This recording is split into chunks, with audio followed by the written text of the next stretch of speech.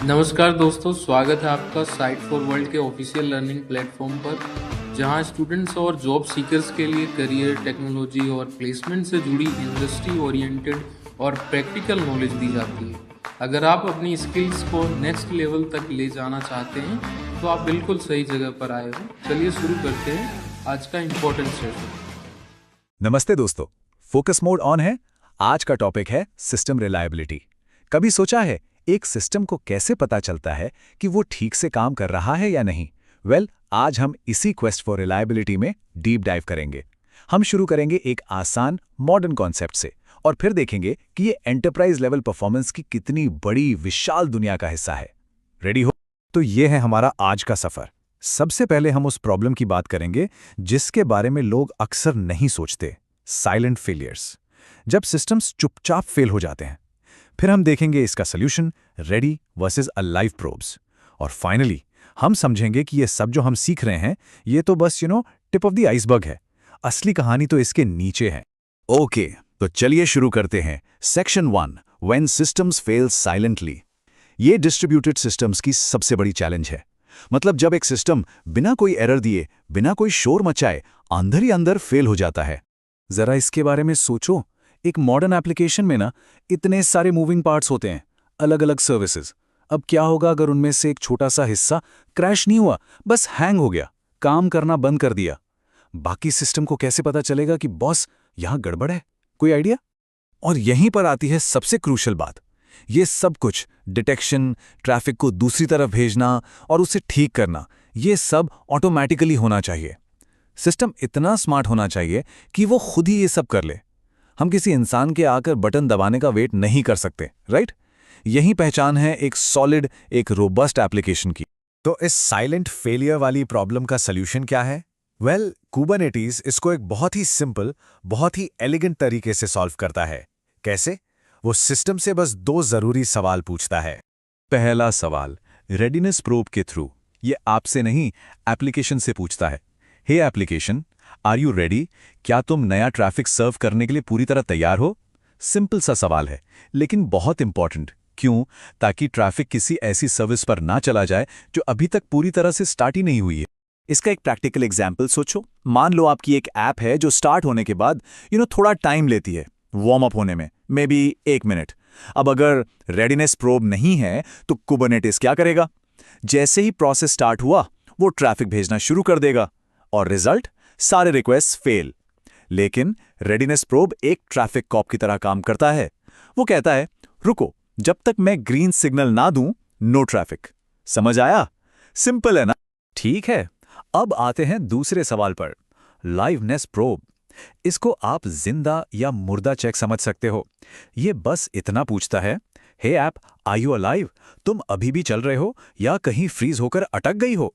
इसको समझने के लिए एक डेडलॉक सिनेरियो इमेजिन करो। मान लो आपकी ऐप एक ऐसी स्टेट में चली गई जहां वो हैंग हो गई, बस अटक गई।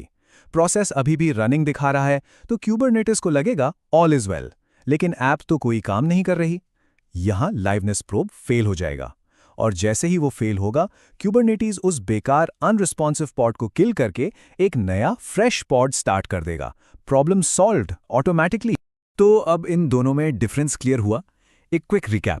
अगर रेडीनेस प्रोब फेल हुआ तो क्यूबरनेटिस ट्रैफिक भेजना बंद कर देगा, पर अगर लाइवनेस प्रोब फेल हुआ तो क्यूबरनेटिस उस कंटेनर को ही रीस्टार्ट कर देगा। सिंपल वर्ड्स में, एक ट्रैफिक कॉप है और दूसरा एक डॉक्टर जो जरूरत पड़ने पर रीस्टार्ट का इंजेक्शन दे देता है। Cool, right? ओके, तो हमने ये तो समझ लिया कि क्या होता है और क्यों होता है, पर अब सवाल है, ये कैसे होता है? मतलब कुबरनेटिस ये चेक्स करता कैसे है?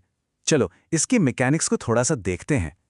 बेसिकली इसके 3 मेन तरीके हैं। सबसे कॉमन है HTTP प्रोब। ये वेब सर्विसेज के लिए परफेक्ट है। आप बस एक URL पाथ बता दो, जैसे /healthz। क्यूबरनेटिस उसको पिंग करेगा। अगर 200 से 399 के बीच का रिस्पॉन्स आया, मतलब सक्सेस। दूसरा तरीका है कमांड प्रोब। इसमें कंटेनर के अंदर एक कमांड चलती है। अगर कमांड का एग्जिट कोड 0 आया, मतलब सब ठीक है। और तीसरा है TCP प्रोब। ये सीधे एक पोर्ट पर कनेक्शन बनाने की कोशिश करता है। gRPC जैसी सर्विसेज के लिए ये काफी यूजफुल है। ठीक है, यहां तक सब क्लियर है, फोकस बना हुआ है ना? अब देखो, अभी तक हमने जो भी देखा वो एक रिलायबल सिस्टम के लिए नॉन नेगोशिएबल है, जरूरी है। लेकिन सच कहूं तो ये सिर्फ शुरुआत है। ये तो कहानी का ट्रेलर था। असली गहराई तो अब शुरू होगी। ये जो हेल्थ चेक्स है ना, ये रिलायबिलिटी की पूरी किताब का सिर्फ पहला पन्ना है। ये बस इतना इंश्योर करते हैं कि आपका सिस्टम जिंदा है, पर ये इस बात की गारंटी नहीं देते कि वो बेस्ट परफॉर्म कर रहा है। असली खेल तो परफॉर्मेंस का है, और वो कहानी अब शुरू होती है। इसे एक आइसबर्ग की तरह इमेजिन करो। ये जो कुबरनेटिस प्रोब्स है ना, ये उस आइसबर्ग का वो छोटा सा हिस्सा है जो पानी के ऊपर दिखता है, साफ साफ, जरूरी और आसानी से समझ में आने वाला। लेकिन पानी के नीचे, उस सरफेस के नीचे है एक पूरी विशाल दुनिया। असली परफॉर्मेंस ट्यूनिंग यहां होती है।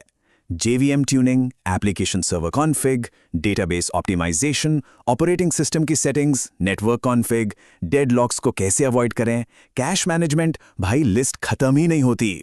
यही वो चीजें हैं जो एक एवरेज सिस्टम को एक हाई परफॉर्मेंस सिस्टम बनाती हैं। तो चलो इस आइसबर्ग के नीचे जो दुनिया है ना, उससे कुछ लेसन सीखते हैं। और ये विजडम आ रही है एक पुराने एंटरप्राइज मैनुअल से, लेकिन आप देखोगे कि ये आज भी कितनी रेलेवेंट है। ध्यान से सुनना, ये इंटरेस्टिंग है। IBM के एक गाइड में एक बहुत मजेदार कहानी है। एक छोटी लड़की अपनी माँ को हमेशा रोस्ट बनाते वक्त उसके दोनों साइड काटते हुए देखती है। एक दिन उसने पूछ ही लिया, मम्मी आप ऐसा क्यों करते हो? माँ ने कहा, क्योंकि तुम्हारी नानी ऐसा करती थी। लड़की कंफ्यूज हो गई। वो नानी के पास गई। उसने नानी से पूछा। नानी हंसी और बोली, बेटा क्योंकि बहुत साल पहले मेरे पास एक बहुत छोटा सा ओवन था, रोस्ट उसमें पूरा फिट ही नहीं होता था, इसलिए मुझे काटना पड़ता था। इस कहानी का लेसन क्या है? लेसन यह है कि जिसे हम बेस्ट प्रैक्टिस समझकर फॉलो करते हैं, हो सकता है वो किसी ऐसी प्रॉब्लम का सल्यूशन हो जो हमारे पास है ही नहीं। सिर्फ देख रहे हो या समझ भी रहे हो? इसलिए किसी भी सल्यूशन को आंख बंद करके कॉपी पेस्ट करने से पहले उसके पीछे का वाई, उसके पीछे का क्यों जरूर समझो। Context is everything.